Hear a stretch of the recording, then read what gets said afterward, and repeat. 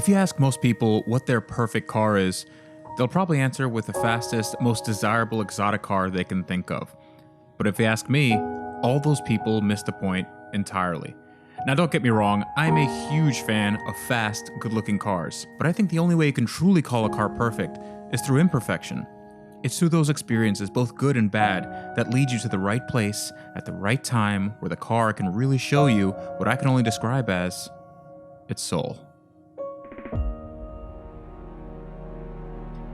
To prove this idea, I decided to find and restore my dream car, a 1999 Mitsubishi 3000GT VR4 that I found basically abandoned in a garage for nearly 2 years. But that didn't matter because I knew that with a little bit of elbow grease, I could get it running good as new again. And with the help of my best friend, that's exactly what we did. And our very first drive would be the Dust Ball Rally, a nearly 3,000-mile epic trip of a lifetime. What were we thinking?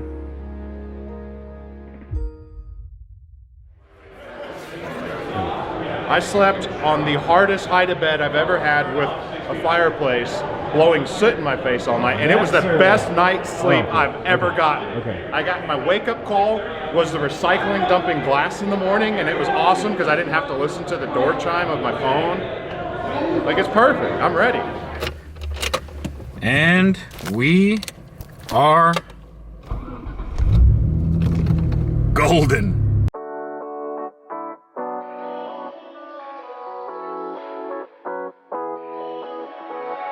All right, it's the first day of the Dust Bowl. We're already underway, and if you guys are new to the whole experience, me and Jared, this is now an annual sort of thing we do.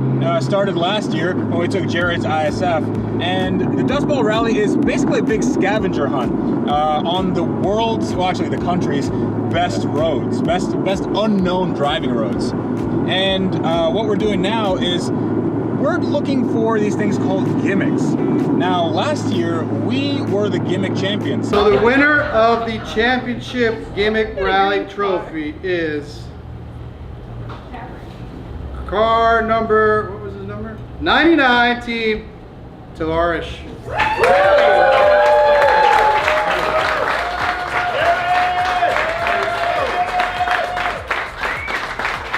Gimmicks are basically trivia on the surroundings and what we see on our trip. And we have to decipher codes, we have to answer questions, and it's really a lot of fun. And we have to keep our eyes open, and we get to see a lot of the local history and that sort of thing. So one of the first, actually the first gimmick, what does it say? It says, we aren't in Georgia, but you're still welcome here. How do you pronounce the village Toto first visited? And when did this occur? I don't know what that means, so we're gonna have to, I think I see something over there. Okay, so while some of the gimmicks were easy to get, they weren't that easy to get, so we drove around for quite a while until we stumbled upon our answer. But not before running into some car trouble. Fortunately, it wasn't our car. So we made it to the first gimmick. The answer is actually back there, but I don't want to give too much away. One of the other dust ballers, the 996 Turbo, has a little bit of a leak. It kind of leaked all over the ground, and now Jared and I, we're gonna look underneath and see what's wrong with it, because this is what dust ball is all about. You see everybody's here, and they're all trying to help, and we got to jack together, and we're gonna see if we can diagnose this Porsche before it has to get a tow truck or something. So if you guys need any fluids, we've got a supply of this rubber. All right, so It sounds like you can see underneath here, it's very, very, very wet. So that's gotta see where that's coming from. I think it's probably the clutch. The clutch hydraulic line wouldn't be plastic, would it? Probably would be, it's German. Do we have a light? Can anybody got a light? Flashlight, not a lighter. No, definitely not a lighter. Or lighter may be appropriate too. Yeah, I think we got to come from the top down. Yeah. Is there an access panel or something? Not on 911s, no, I'm sorry. Okay. I thought this was German perfection. What happened? Once you sort out all the problems, they're perfect. So after leaving our friend to sort out his German perfection, the road got good. Like, really good.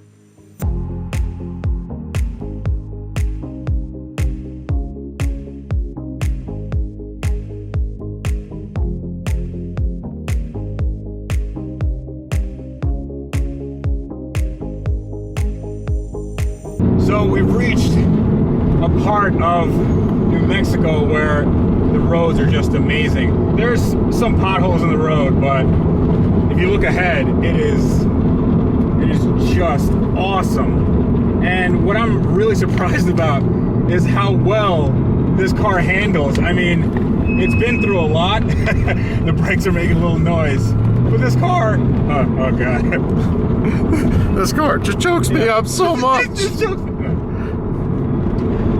But seriously, this car, I've missed it so much. For this car to do this right after not running for basically 5 years. I mean, we built it in what, a day? Yeah, day and a half. A day and a half, and now it's doing this. Oil pressure is good. Radiator temperature is good. We have good boost pressure. It's making good power. It sounds good, that blow-off valve. I didn't think I'd like it, but it's awesome. And the handling is, it's not bad. It's really not bad. For something that is 20 years old, isn't the most reliable, isn't known for its reliability, and it's around 3,800 pounds, plus two bigger gentlemen, plus some supplies back there. We're probably pushing the scales at around 4,500 pounds, somewhere thereabouts, but this car takes it no problem. And the fact that right now, we've got confirmation that some of the other rally goers, they've had some issues, they've had some breakdowns, and they were much newer cars. We're talking about $100,000 supercars, and us with our basically 20-year-old Mitsubishi that was abandoned, no problem, other than that one tire issue earlier.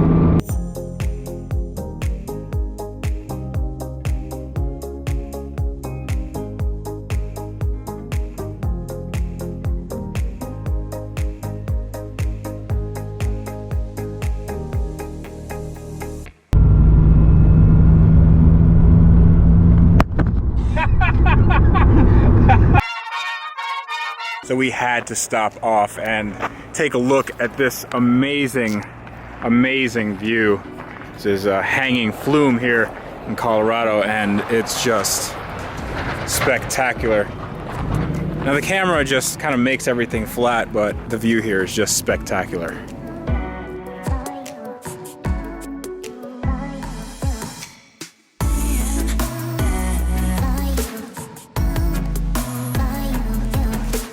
The next day, it was Jared's turn to drive, but I think he took a wrong turn somewhere because we went from Colorado to Switzerland.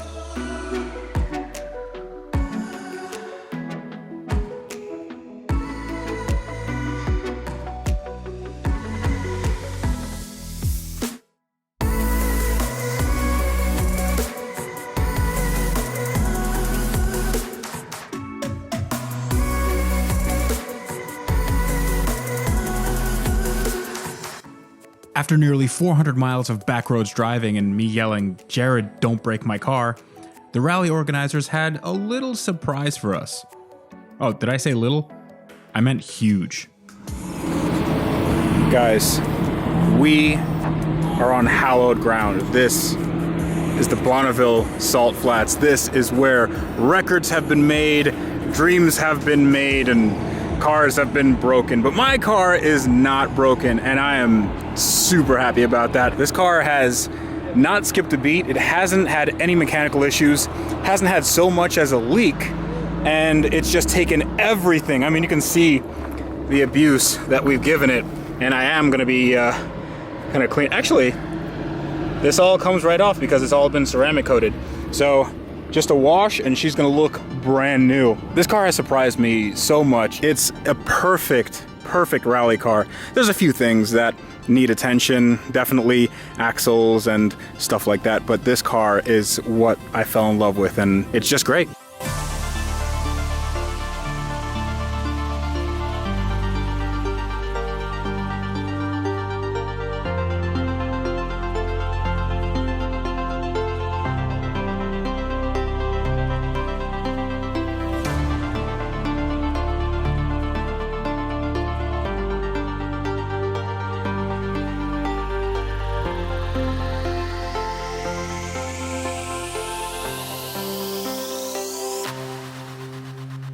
It is the start of day 3. I am the driver, and well, the car is actually very good, but cosmetically it's a little worse for the wear. Check that out. Looks like it went through a snowdrift, but this is all salt. We're trying to find a car wash, but all the car washes around here, they're sort of these things, and I don't want the wing to get ripped off. So I think we're probably just gonna send it. What'd you just do, Freddie? There's gonna be like a billion quarters that come out of here. This might take a while. You hit the jackpot. How does it feel? Yay! We're at a car wash in the middle of nowhere. This seriously might be too many quarters. I think it's gonna... It's overloading.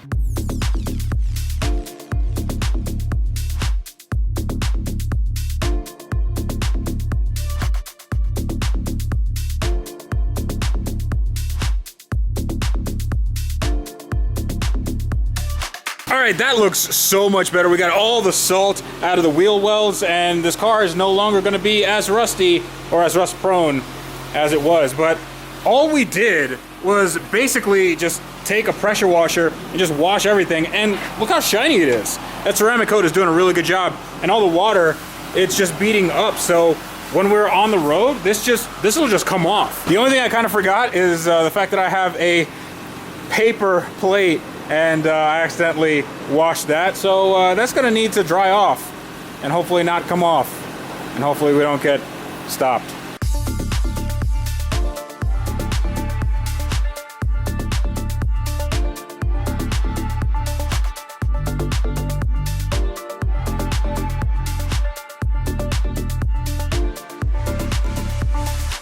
So today is a little bit of a different day. Now we are on a road going through Nevada, and there's a lot of long sweepers. It's not too technical like yesterday's mountain run, but this is actually the road that Koenigsegg took their Agera RS, I believe it was an Agera RS or a 1-to-1, and they went 280 miles an hour. We're not gonna go that fast, and we're basically not gonna go over the speed limit, but this is just one of those roads where everything looks like a Windows screensaver. It's just insane. What really surprises me about this car is the fact that it handles this stuff so well. I mean, during this entire run, you've had brand new cars just break down. They have mechanical failures, just body panels fall off. But this 20-year-old Mitsubishi, all the pressures, temperatures, that's all good. And it handles beautifully. Even with that one mismatched tire, it is just amazing. What I like is that you can actually feel the rotation of the back end because the all-wheel steering is doing its job. It lets it rotate, but it's a little unsettling at first if you don't get used to it. And you can just throw the car in the corner. And if you're on boost, it really rewards you. This is insane. This is just crazy. Oh, good car. Good car.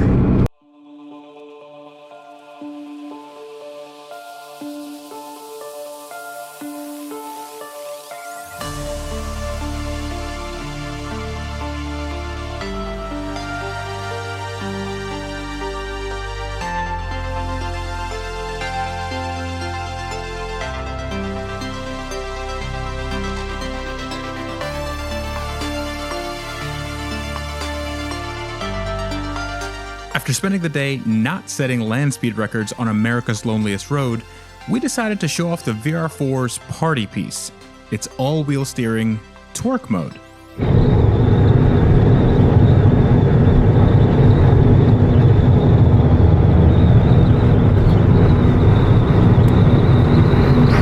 I don't know if it'll show up on film well, but there she was. It feels so funny in here when it does it.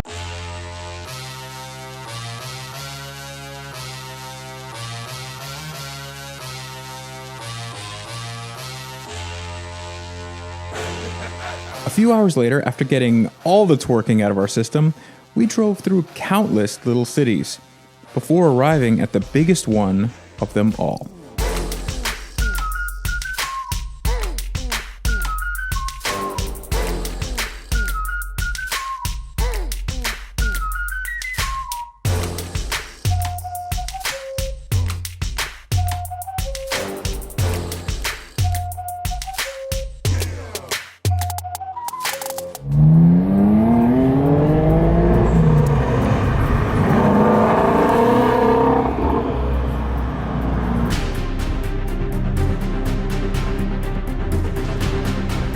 Day 4 started out as the most intense yet, with technical sections, fast sweepers, and amazing landscapes.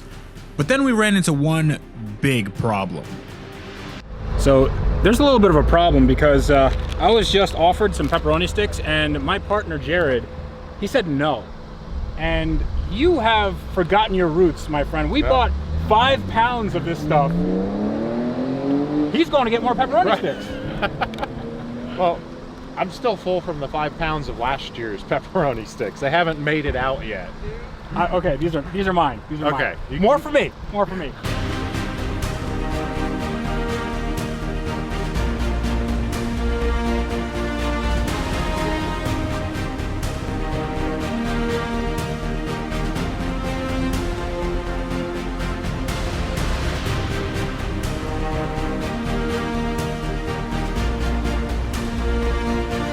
With roads this good, I had to let you guys see what it was like from my perspective. But that required a bit of a wardrobe change. So Freddie, what are you wearing? This is my influencer attire. It's how I make the YouTube content. Why don't you look that fabulous? I don't know. One day I will. One day we're gonna get him there. Is this natural hair? Is this your natural hair? Yeah. It's your natural hair color? It is. Okay. We just painted it in there. Good.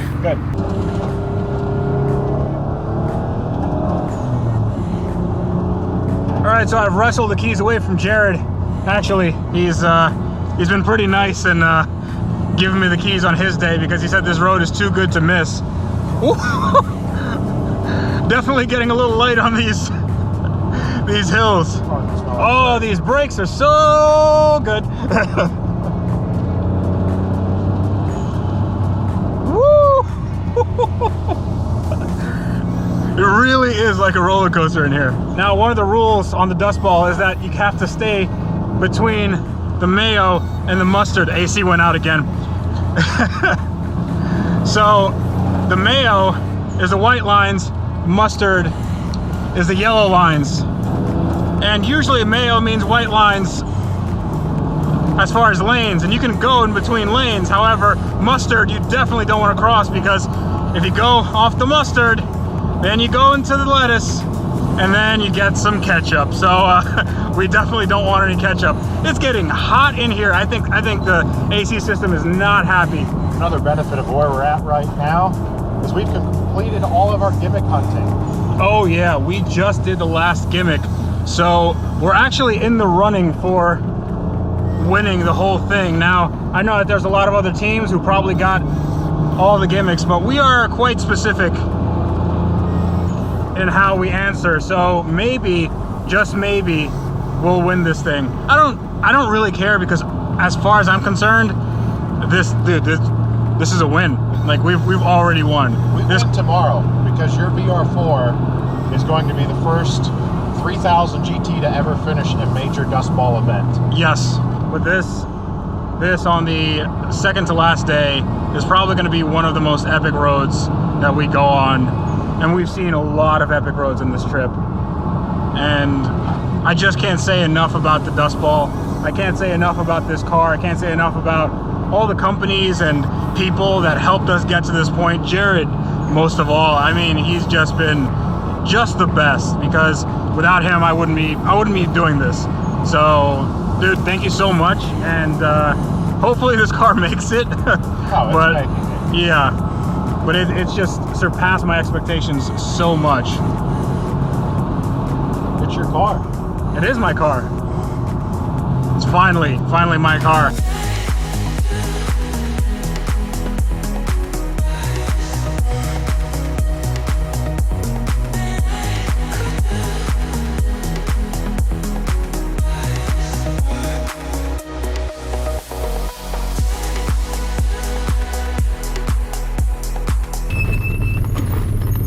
right, so day 5, and we are on our way to San Francisco, and there was an option to take a diverted route. Which is an off-road route, practically.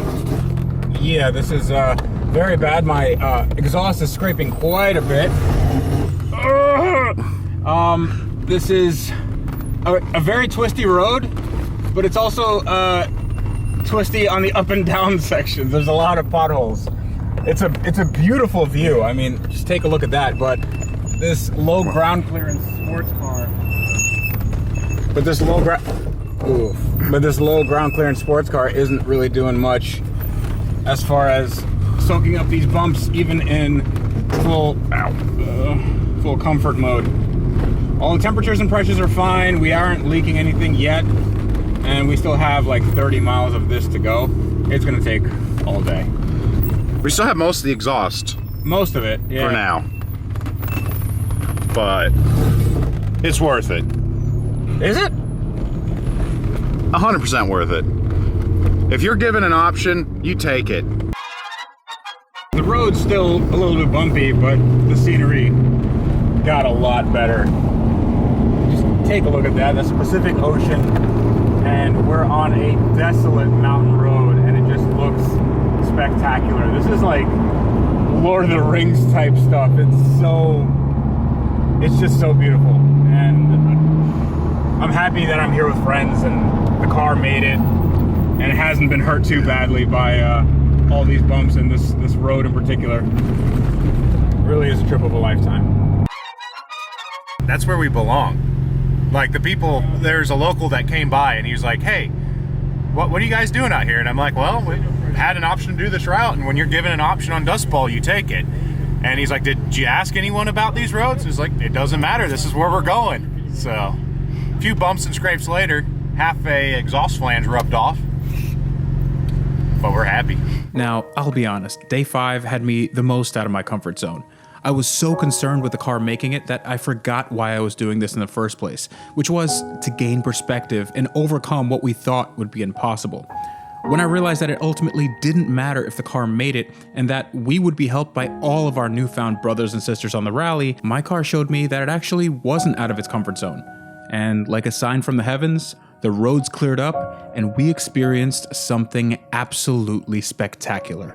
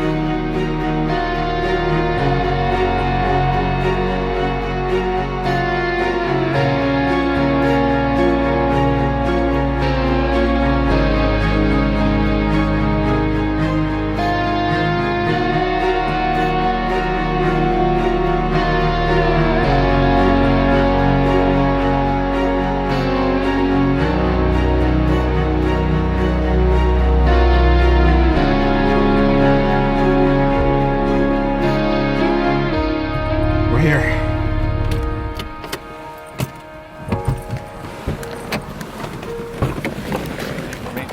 Oh. 2,000 miles, 2,700 plus miles, and this thing that we just built in about a day has made it. It's my car. It's. Dude, I mean, this was such a big trip. Oh, it was insane, because not only was it just fix the car and do the Dust Bowl, there was 700 miles to the start. But the fantastic blowout, people helping get it back together. This was a big deal. So right now, I don't think I've ever enjoyed a car as much as I've enjoyed this. I haven't enjoyed a car that I've owned as much as this, and I'm so glad that I can meet new friends and spend time with old ones and see new roads and find new roads. That's actually the slogan of Dust Ball. And I'm sorry if this commentary is a little bit light. It's just very emotional for me right now. And as this fog is rolling in, we actually have to get to our hotel, but this is the ending point of the Dust Ball Rally. And it's a little bit bittersweet because that means that I'm not going to be spending any more days driving with my friend Jared. Let me give me that. So Jared, dude, you are the MVP of this. Like, you helped so much, not only in driving this hunk of rusty metal, but you got it running, and you put in the hours, and you put in so much work, and I can't thank you enough. I was happy to do it. Fell in love with the car, spend more time with good friends, good roads, gained a whole new appreciation for a car that I've always just completely written off, and kind of fallen in love with your car, and I understand why you wanted it back. And most importantly, you didn't break it. I didn't break it. You didn't break it, and it made it, and that's the most important thing. Right. But it's a good car. It's a very, very good car. This thing is awesome, and you're going to see it more on my channel because it definitely needs a little bit of work after this drive. I am incredibly humbled by all of you guys that support my channel. I'm incredibly humbled by the companies that want to support my channel. Thanks to Peak Auto Tempest and all of the other companies that I work with to get this car done in the small amount of time that we got this done. But yeah, I think that's gonna be it. So until next time, this is me reminding you guys that when cars like these that actually don't need much work at all and have made it more than 2,000 miles after working on them for a day, you guys need to wrench. Come on. You guys need to wrench every day. Every day.